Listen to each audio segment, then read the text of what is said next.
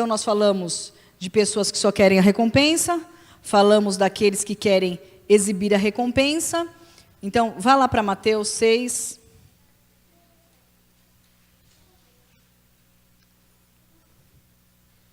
E nós temos uma orientação do Senhor para não exibir a nossa recompensa e não irmos atrás das recompensas naturais.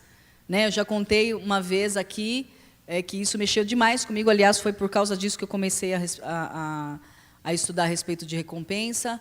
Um livro da Joyce Meyer. É assim que fala, Joyce Meyer? Tá certo? Um livro dela falando a respeito de recompensa, e ela disse que tinha algumas pessoas sabem, que tinha um problema na igreja, um problema muito sério, estava todo mundo quebrando a cabeça, não sabia como fazia e tal. Aí o Senhor deu a revelação para ela, e ela disse que ela se sentiu, porque o Senhor deu a revelação para ela. E daí ela falou, queridos, e falou a revelação, e todo mundo, ai, que demais, pastora, você é demais, você tal, nossa, que sabedoria, não sei o quê. E falou que ela saiu, né, toda pomposa, né? Aí falou que ela saiu toda, aí o Senhor falou assim para ela, feliz com a recompensa? Aí, sabe, né, como é?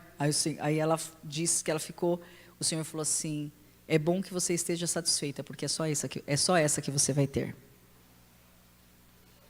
Queridos, quando nós buscamos a recompensa dos homens, nós somos recompensados pelos homens. Amém? É isso que acontece. Se nós buscamos a recompensa dos homens, nós somos recompensados pelos homens. Então o Senhor estava querendo dizer para ela, era isso que você queria? Esse tipo de recompensa?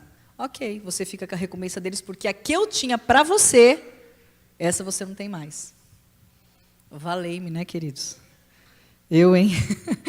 Então vamos lá. Mas para isso, porque nós não somos só espirituais, amém, queridos? A gente não entra flutuando pela igreja, né? Nós temos a nossa alma, nós temos o nosso corpo, nós erramos, por isso que nós temos que nos avaliar. É por isso que nós temos que nos avaliar, para não correr o risco de perder a recompensa do Senhor. Então, Mateus 6... A minha luzinha estava melhor aqui, viu? Ah, tá bom, querida, tá bom. Tá bom, Jaque. Né, Bruninho? Então, Mateus 6, diz assim, verso 1. Guardai-vos de praticar vossos atos de justiça diante dos homens, para serdes vistos por ele. Se o fizeres, não tereis galardão junto do vosso Pai que está no céu.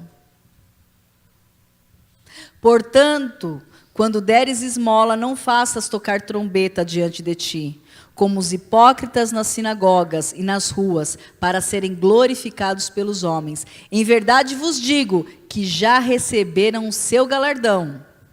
Mas, quando tu deres esmola, não saiba a tua mão esquerda o que faz a tua direita. Queridos, você consegue entender isso? Olha o cuidado para nós não nos exibirmos. Olha o exemplo drástico que o Senhor usa. Que a sua mão esquerda não saiba o que a direita fez. Queridos, olha, elas estão juntas, né? Jesus falando, né? E o verso 4. Para que a tua esmola seja dada secretamente. Então, teu Pai, que vê em secreto, te recompensará. Amém, queridos? O Senhor é um Deus de recompensa. Amém? Verso 5. E quando orares, não sejais como os hipócritas, pois gostam de orar em pé nas sinagogas e nas esquinas das ruas, para serem vistos pelos homens. Em verdade vos digo que já receberam a sua recompensa. Mas tu, quando orares, entra no teu aposento e, fechando a tua porta, ora ao teu Pai que está em secreto, e o teu Pai que vem em secreto te recompensará. E orando não useis de vãs repetições. Bom, aí está falando de outra coisa. Então, queridos, aproveitando para falar sobre isso, Agora, se alguém pedir para você orar, você fala, não, não vou orar porque eu vou orar em secreto. Não é isso, amém? É a motivação. É a motivação. Então, vou dar um exemplo meu, né? Vocês sabem que eu gosto muito da prática de jejum, tal. E quando eu vou falar para alguém sobre a minha prática de jejum, os meus votos diante do Senhor, eu sempre falo, Senhor, o Senhor som do meu coração. Porque o desejo do meu coração é inspirar a pessoa, não me exaltar. Você entende a diferença? Porque eu posso falar aqui que eu vim fazer um jejum, então, porque vocês sabem, eu sou super espiritual. Eu fiz um jejum tal, né? Porque eu sou super espiritual. Uma coisa é eu falar de jejum dessa forma. A outra coisa é o Senhor sondar a minha motivação e saber que eu estou falando para inspirar outras pessoas a fazerem a mesma coisa e crescerem diante de Deus e estarem mais íntimas diante de Deus. Então, nós temos que sondar as nossas motivações, amém, queridos? Nós temos que sondar. Bom, então, é disso que o Senhor está falando. Então, a mesma coisa do jejum, já falei aqui quando nós falamos de jejum, você pode falar que você jejua, né? Eu falei para vocês que uma vez eu saí com a Esther, o Luca pediu pipoca, eu fui comprar e o moço falou para ela, e você, não quer? Ela falou, não posso, eu estou em jejum. E daí, acho que o cara era crente, né? E o cara falou, não pode falar que está em jejum. Aí eu falei, não, pode, nós cremos que pode. Aí expliquei isso para ele. Você não pode falar que você está morrendo por causa do jejum, né? Nossa, como eu sofro para fazer jejum, porque eu sou super... Não. Então, não tem problema. Contanto que não seja para receber a recompensa dos homens. Amém, queridos? Bom, existe, então, aqueles que querem a recompensa, mas a motivação é certa. Então, o que eu queria dizer para nós essa manhã? Você tem que querer a recompensa, queridos. Mas você não pode querer só a recompensa. Você não pode buscar a Deus por causa da recompensa. A recompensa é uma consequência. Ela não pode ser o motivo principal. Amém? Ela não pode ser o motivo principal. Então, quando nós falamos aqui, vou dar um exemplo, porque eu sei que mexe com o povo, de dízimos e ofertas. A sua motivação não pode ser a troca. Não pode. Se a sua motivação for a troca, se a sua motivação for a necessidade, está errado. Deus nem recebe, quero falar para você. Não pode.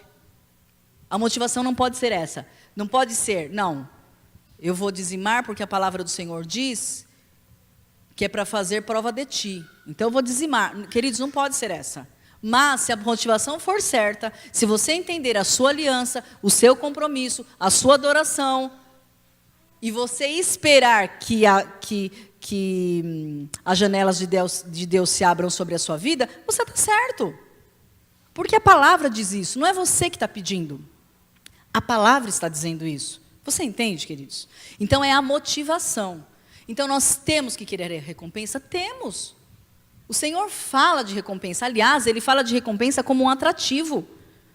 E quando nós formos falar de salvação e reino, e nós formos falar de galardão, você vai ver. Ele falando de galardão, a recompensa, e nós vamos entrar, eu acho que eu vou entrar agora, é algo que o diabo quer que nós pensemos que não é importante. É algo que o diabo quer que nós pensemos que nós não temos direito. E que para nós sermos espirituais, nós não temos que ter a recompensa. Então, antes de falar daqueles que fazem na motivação certa, eu quero compartilhar algo com você que o Senhor tem me falado e me ensinado e tal. Você sabe que vai haver uma nova ordem mundial na Terra. Todos sabem? Ergue a sua mão para eu ver. Muita gente não sabe, né?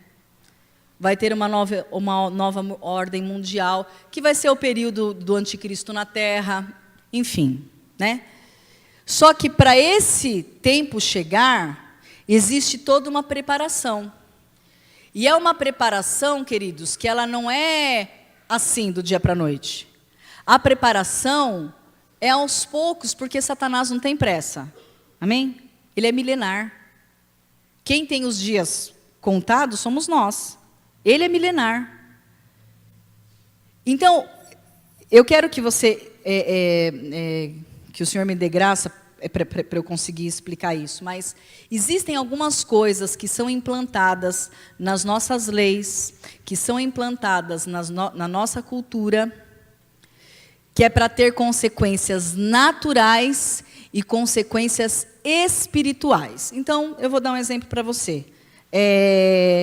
A lei da palmada. Todos conhecem a lei da palmada? Coloca aí já que é a lei da palmada. Todos conhecem? Que nós não podemos repreender nossos filhos fisicamente?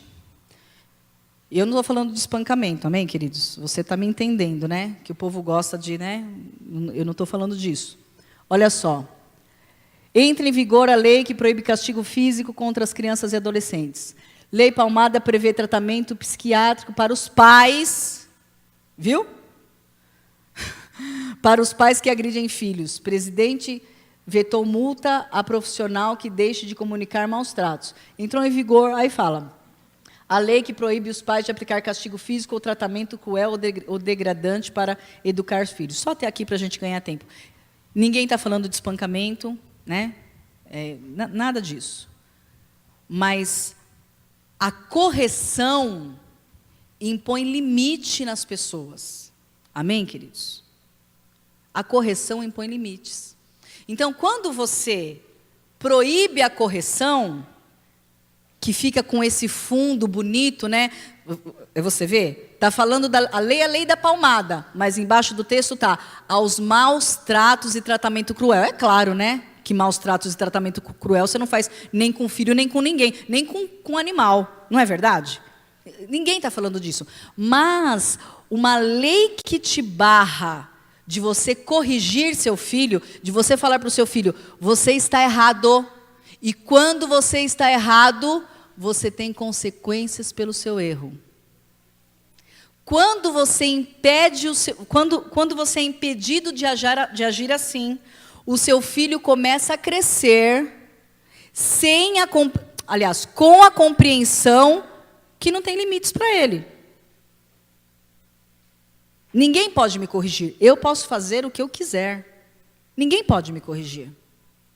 Então, parece que essa lei da palmada, com esse tom, né, todo protetor e etc., é uma coisa boa. Não é, queridos. Não é. Não é. Quem me conhece sabe.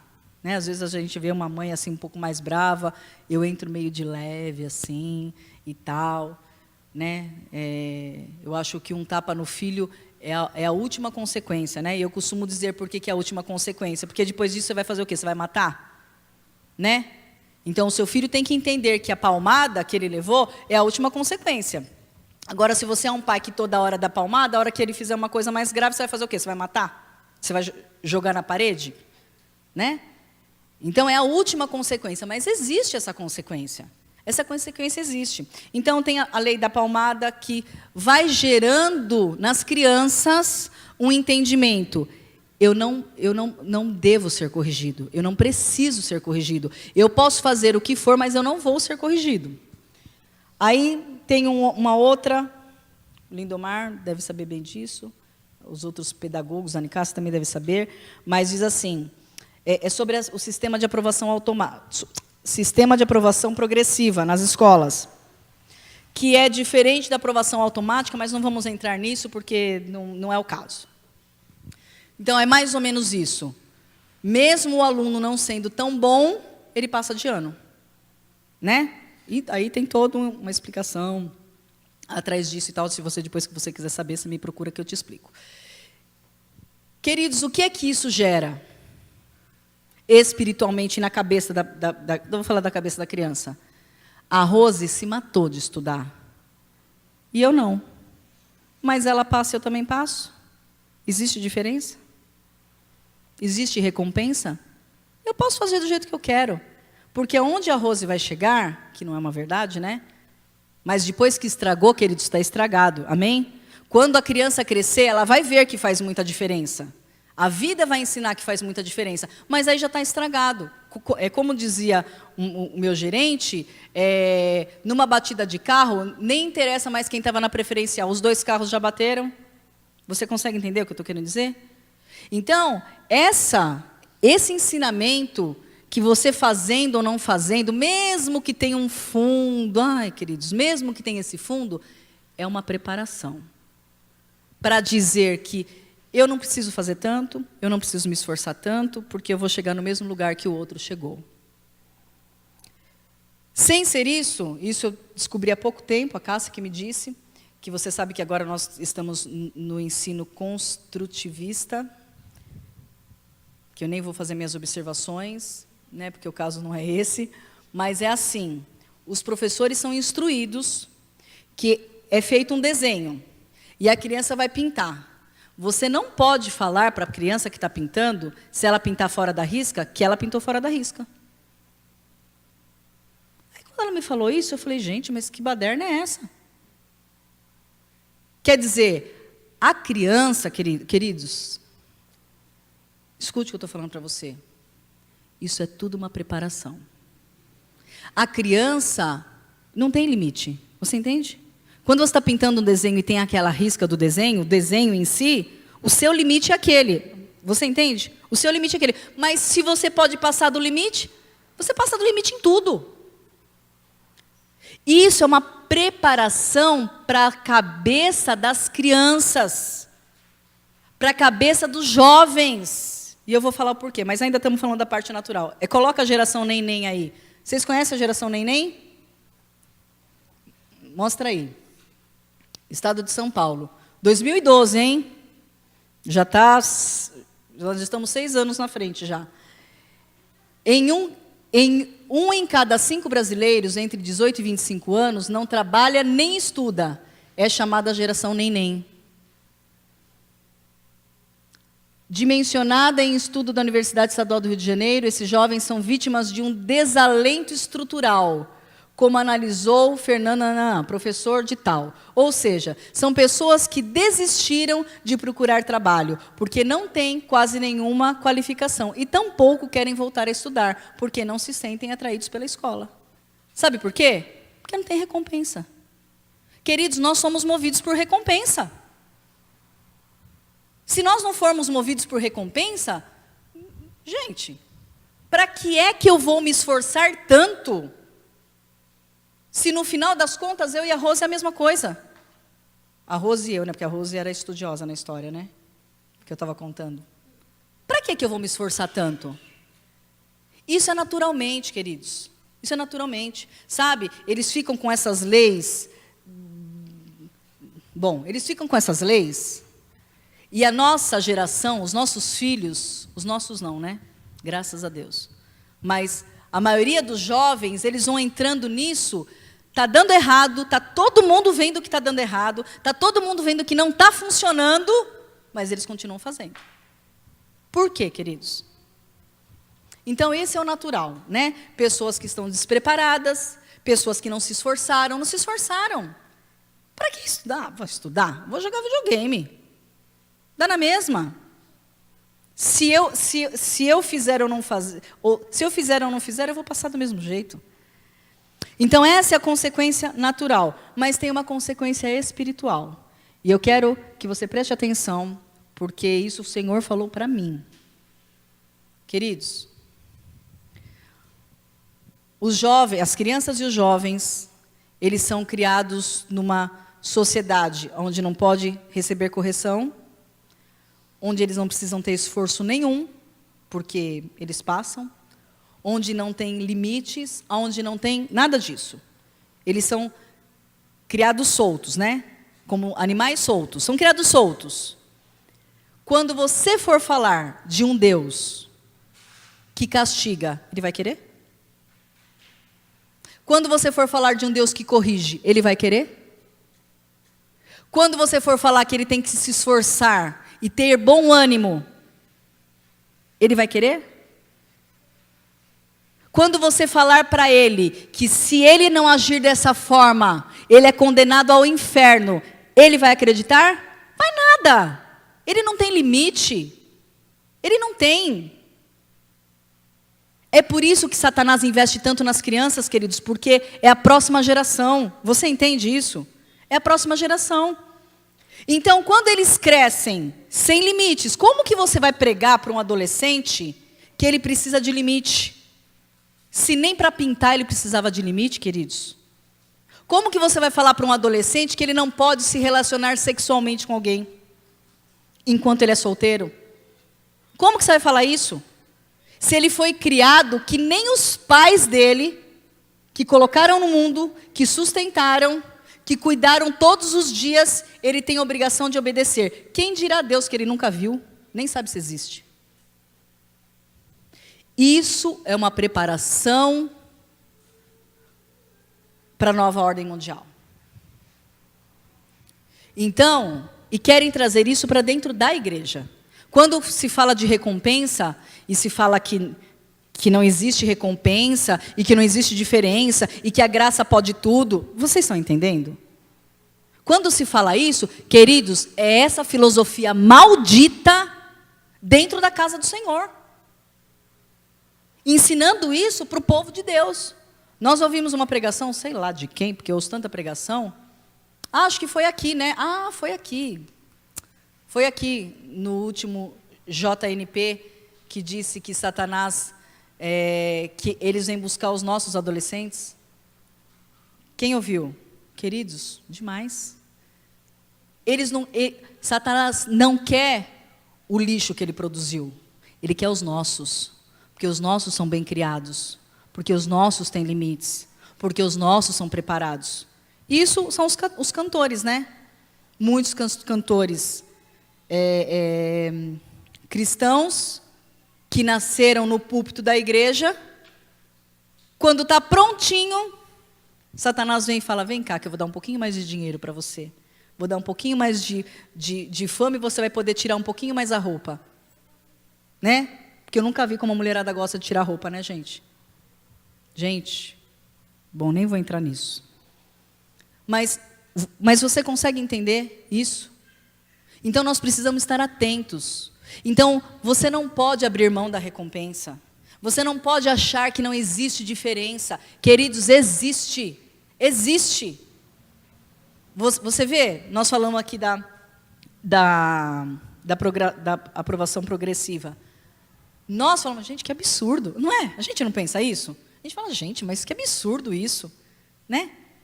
Que loucura. Só que quando é nas nossas vidas dentro da igreja, a gente acha que está tudo bem. A gente acha que é normal. Ele faz muito, eu faço pouco, a minha recompensa é a mesma que a dele. Não é, queridos. Nós não estamos falando de salvação. Amém? Sabe o que a palavra diz? Que para você ser salvo, você tem que confessar o nome de Jesus. E você tem que seguir a palavra dele. Porque confessar e também não seguir é porque não confessou nada, né? Você tem que confessar e seguir. Não estamos falando de salvação. Nós estamos falando de galardão. Nós estamos falando de recompensa. Então, há diferença de quem faz muito para o Senhor do que de quem não faz nada.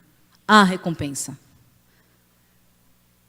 Né? E a minha intenção aqui hoje é que você compreenda isso. E que em nome do Senhor Jesus o Espírito te convença, mas Ele vai te convencer.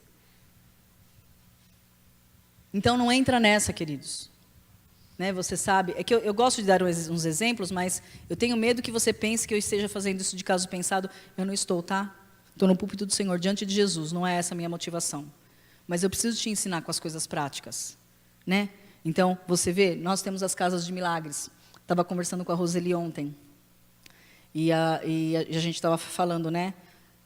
Que as paredes sujam um pouco mais, né? Que o sofá suja um pouco mais. É verdade, né? Que não vamos mentir, né? Você recebe na sua casa 10, 15 pessoas e sentar no seu sofá e usar as suas coisas e sujar a parede? Suja. Mas você não acha que tem recompensa? Daquele que expôs a sua casa para isso e aquele que não? Aquele que só se arrumou, se perfumou e foi para a cela? Você acha que não tem recompensa? Você acha que não tem recompensa daquele que ora, jejua e tal, para aquele que não está nem aí com a Light? Que chega lá como se fosse qualquer coisa? Você acha que não tem recompensa?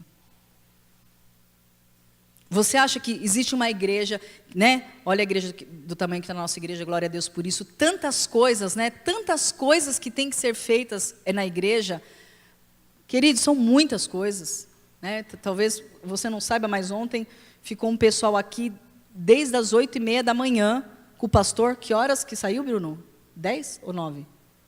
10 horas da noite. Queridos, o dia todo, num sábado. Você acha que não tem recompensa? Quando nós falamos, queridos, separe a sua oferta para missões. O Senhor tem me falado, eu já falei para vocês, que a nossa igreja não tem um coração missionário. Você acha que não tem recompensa para aquele que realmente está se preocupando com os missionários de um outro lugar? Você acha que não tem recompensa? É isso que o diabo quer, que a gente pense que não tem recompensa, mas tem recompensa. Porque em Apocalipse o Senhor disse: eu venho e trago a recompensa nas minhas mãos. Então eu queria falar sobre aqueles que querem a recompensa, mas a motivação é correta. Então abre em Hebreus, você já está no Novo Testamento.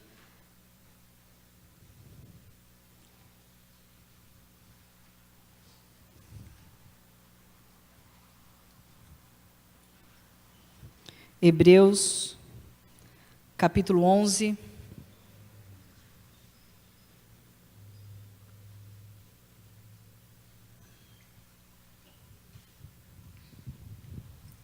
Hebreus 11.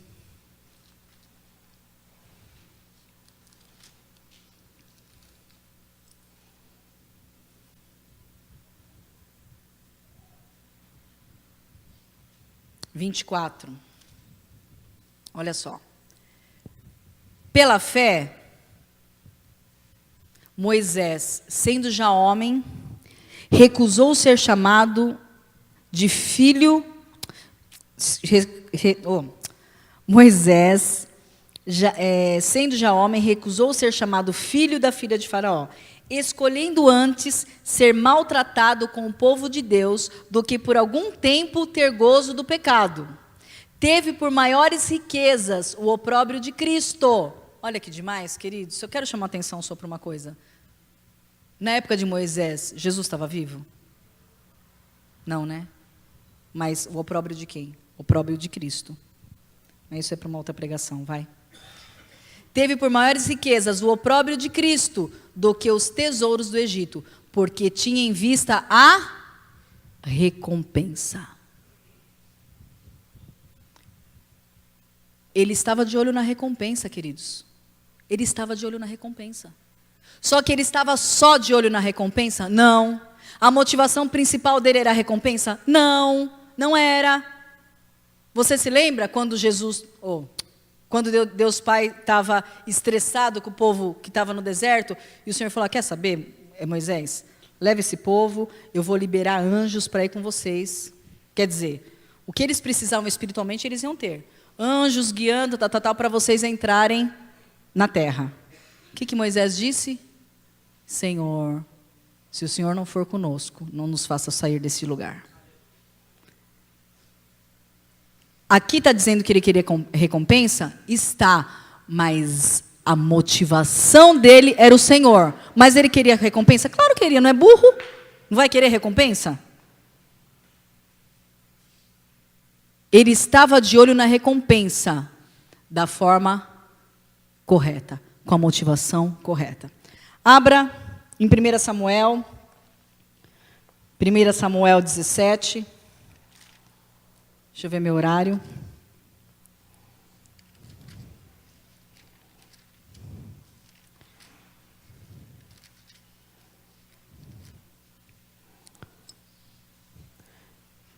Primeira Samuel 17. Você está cansado de saber desse texto?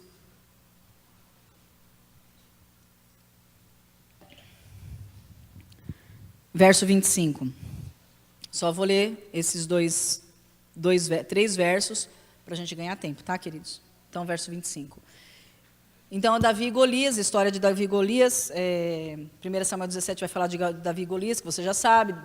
Golias estava lá, afrontando o povo de Deus, colocando pavor em todo mundo, estava todo mundo com medo, os maiores soldados, Saul estava com medo, estava todo mundo com medo. E aí no verso 25 diz assim: viste aquele homem que subiu? Subiu para afrontar a Israel. A quem o matar, o rei o acumulará de grandes riquezas, e lhe dará a sua filha, e fará a casa de seu pai livre dos impostos de Israel. Então, estavam falando no meio do povo, né? Não, vocês ouviram? Quem conseguir ir contra Golias, quem for enfrentar Golias, o rei vai dar riquezas, vai dar a filha, os pais não vão pagar mais impostos, tal. Verso 25.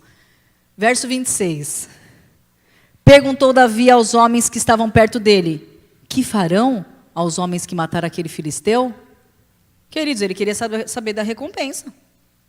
Ele falou assim: o que é que vai ganhar o homem que matar aquele filisteu? Ele estava de olho na recompensa. Então, continuando no verso 26.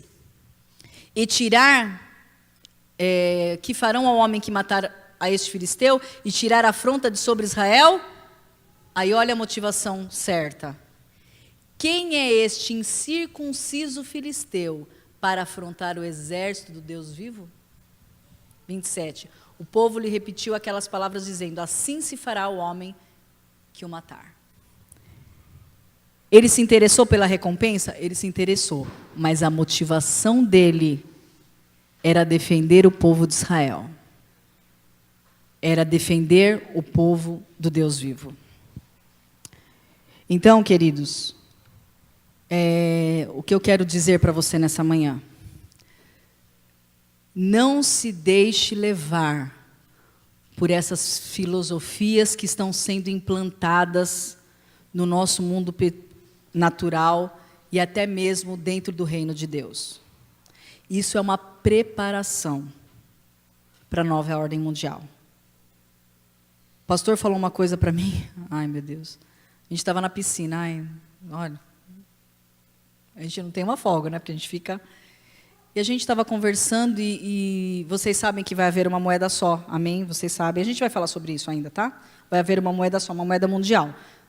Hoje no Brasil é real, na Inglaterra é libra, nos Estados Unidos é dólar, né? São moedas diferentes, mas vai haver uma moeda única. Aí a gente estava na piscina, eu e o pastor, aí falando de algumas coisas, aí ele falou assim: sabe o que eu estava pensando? Será que essa Bitcoin, é Bitcoin que fala? Será que essa Bitcoin não é a preparação para a única moeda? Gente, acabou com a minha piscina.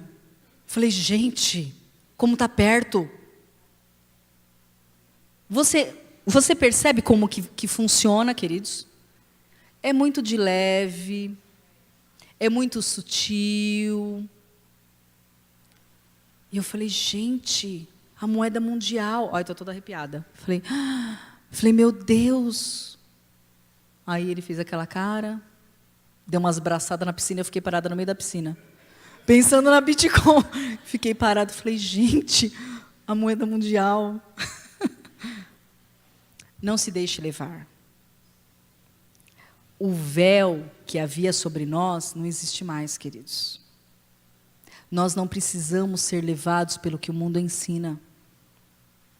Nós não precisamos. Você sabe, eu já falei isso para você, logo que eu me converti.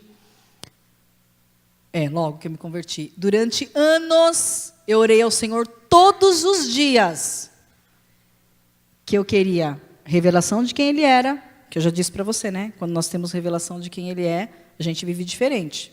Não é doido, né? Vai viver do mesmo jeito? Revelação de quem Ele era, sabedoria e discernimento. Mas eu, como eu era muito bebê, eu estava querendo discernimento de espíritos, entendeu? Eu queria saber se o cara ia entrar com o caboclo, se o cara ia entrar com a pombagira. Era isso para mim, porque, né? Mas quando o Senhor começou a me falar sobre isso, o Senhor disse para mim: esse é o discernimento que você pediu. É de você conseguir enxergar, você discernir o que está por trás das coisas. Então, essa preparação toda com os nossos filhos, E eu estou falando isso, queridos, não, você tem que educar teus filhos. Não entra nessa. Não entra. Você sabe que eles, quando eles começaram a aprender a ler, a esse tal de construtivismo, né? Não estou dizendo que é de todo ruim, tem coisas boas e tal, se não fosse esse fundo espiritual, porque tem o fundo espiritual. E daí está aprendendo a ler, e aquela enrolação, e aquelas letrinhas que junta a letrinha e tal. Eu falei, Jesus amado, ninguém vai falar para essas crianças que B com A é Bá. E a criança lá arrancando os cabelos, não entendendo. E eu já estava ficando... Eu falei, quer saber? Fui lá na Saraiva, comprei um Caminho Suave. Quem estudou com Caminho Suave, queridos? Queridos, B com A é Bá. Filho, em uma semana eles estavam lendo. Em uma semana. Às vezes a gente... Deixa eu falar uma coisa para você. Você lembra que a palavra do Senhor diz que os segredos de Deus é para você? É para você, não é para o mundo. Às vezes o mundo fica ditando regras e a gente vai como ovelha sem pastor. Nós não somos mais ovelhas sem pastor, amém, queridos? Nós éramos, nós não somos mais. Nós não somos. E a gente vai atrás deles, sabe? Eles estão falando bobeira e a gente está indo atrás deles. E o pior quando vem essas filosofias, as mesmas filosofias, vestidas de crente. Existe alguma coisa mais maravilhosa do que a graça? Não existe. Mas a graça não é o que estão falando por aí. Vamos ler só Apocalipse para você com esse versículo no seu coração que você já leu, a gente vai ler de novo. Apocalipse 22, daí eu vou abrir para as perguntas.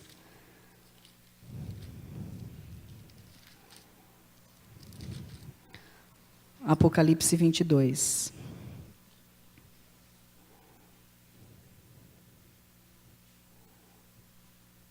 (22, 12). Eis que cedo venho, a minha recompensa está comigo, para dar a cada um segundo a sua obra. Amém? Você tem uma recompensa porque você está aqui. Amém, queridos? Você não queria estar dormindo até um pouquinho mais tarde na sua caminha, domingo de manhã? Mas você veio. Existe uma recompensa para você. Amém? A palavra do Senhor diz que tudo... Cadê a minha referência, hein? É Marcos. Abra lá, Marcos.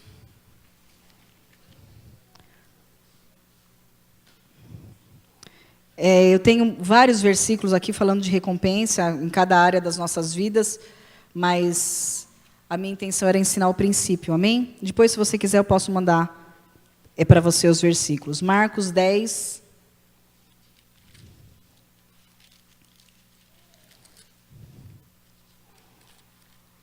Marcos 10, verso 29 e 30.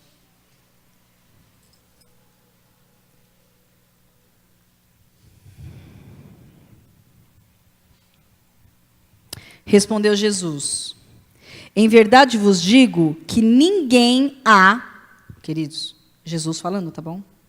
Não existe ninguém. Ninguém, o Senhor está dizendo. Em verdade vos digo que ninguém há que tenha deixado casa, ou irmãos, ou irmãs, ou pai, ou mãe, ou mulher, ou filhos, ou campos, por amor de mim e do Evangelho, que não receba 100 vezes tanto já no presente, cadê? Em casas, irmãos, irmãs, mães, filhos e campos, com perseguições, e no mundo por vir a vida eterna.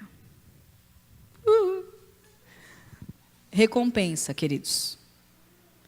Então, o deixar pai e mãe, você não vai largar a esposa, né? Você não vai largar o marido, né? Você não vai largar o marido e viver enfiada na igreja, né? Não é isso. A palavra do Senhor está dizendo que é a sua renúncia de se entregar. Às vezes você vai deixar. Às vezes você vai deixar. Então, vou dar um exemplo aqui, vou dar o exemplo dela, mas eu sei que tem muitas outras mulheres fazendo a mesma coisa, vou dar o exemplo da Manu. Então, ela falava para mim: pastora, domingo é o único dia que eu tenho é para dormir e tomar café em família. É o único dia. Aí eu me dei uma dorzinha no coração. Não dá? Eu compreendo isso, queridos. Eu também gosto de tomar café com a minha família. Mas ela está aqui. Abriu mão de tomar o café em família? Abriu mão do único dia para dormir até um pouco mais tarde? Dormir até um pouco mais tarde? Abriu mão. E o que o Senhor diz? Que não existe ninguém, queridos, ninguém que fazendo isso por causa do Senhor, deixando, bens, Vocês conhecem a história minha e do pastor, nós tínhamos uma outra condição financeira. Hoje a igreja consegue nos sustentar, graças a Deus. Mas nós ficamos muito tempo sem sustento. Nós abrimos mão de muitas coisas. O pastor é um homem muito inteligente. Ele abriu a mão de muitos negócios que ele poderia fazer e ganhar muito dinheiro. Então, abriu mão de casas, como diz a palavra, abriu mão de campos, mas o Senhor diz que não há ninguém que faça isso, que ainda nesta terra não ganha mais em campos, não ganha mais em casas. Tire da sua cabeça essa ideia que cristão tem que ser miserável. Amém, queridos? Tire. Diferença social sempre vai existir. Amém? Não dá para todo mundo ser patrão, não dá para todo mundo ser empregado. As diferenças sociais sempre vão existir, mas todos nós vamos ser prósperos, não miseráveis. O Senhor está dizendo que Ele dá. Não é só a vida eterna. Ele não diz não é só a vida eterna, Ele diz não é só na vida eterna. Lá tem uma recompensa, mas aqui também tem. É o Deuteronômio 28 que nós lemos. Se você fizer, você vai ser abençoado. Amém?